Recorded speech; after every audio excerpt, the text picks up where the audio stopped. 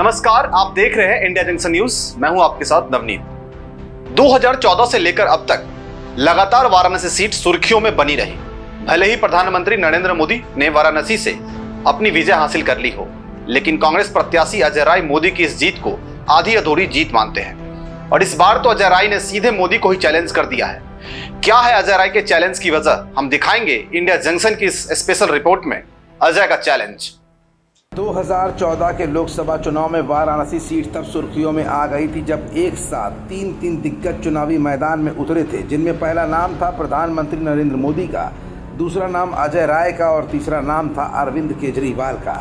जैसे के तैसे चुनाव निपटे, लेकिन उसके बाद शुरू हुई वाराणसी की सरजमी से वो राजनीतिक लड़ाई जो लगातार आज तक 10 साल बीत जाने के बाद भी लगातार चल रही है। इस बीच अपने खुले अंदाज के लिए जाने जाने वाले अजय राय ने एक बार फिर बड़ा बयान दे दिया है।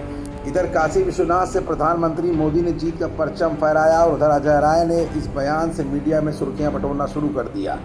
आखिर अजय राय का वो बयान क्या है और उस बयान के असली मायने 2027 के विधानसभा चुनाव को लेकर क्या लगाए जा रहे हैं, ये सब कुछ आज अपनी इस रिपोर्ट में हम आपको दिखाएंगे भी और बताएंगे भी।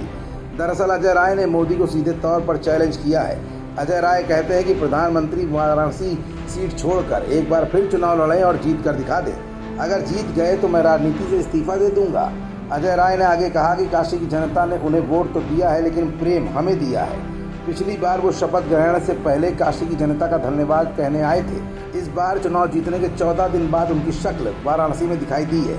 जहाँ तक मेरी जानकारी है कि पीएम रहते हुए किसी नेता का वोट प्रतिशत कम हुआ हो। पिछले चुनाव की अपेक्षा उनका वोट फीसदी बेहद कम हुआ है।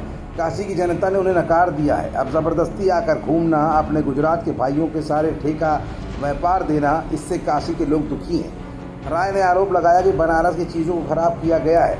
किसानों का पैसा ट्रांसफ़र करने वाले मुद्दे पर राय ने कहा कि यहाँ के किसानों की ज़मीनें हड़पी जा रही हैं, पुलिस से मरवाया जा रहा है। ज़बरदस्ती किसानों से ज़मीन लेकर गुजरातियों को दी गई है। गुजराती यहाँ पर कोई कारखाना नहीं लगा रहे हैं। हमारे पिंडरा में एक अमूल का प्लांट लगा और वहाँ सिर्फ गुजराती लोग ही काम कर रहे हैं। क्या वाराणसी, पूर्वांचल और पिंडरा के लोगों के पास योग्यता क्षमता नहीं है? राय ने आगे कहा कि पीएम मोदी इस्तीफा देकर आए, बनारस से चुनाव लड़ें, अगर नहीं हराया तो संन्यास दूंगा।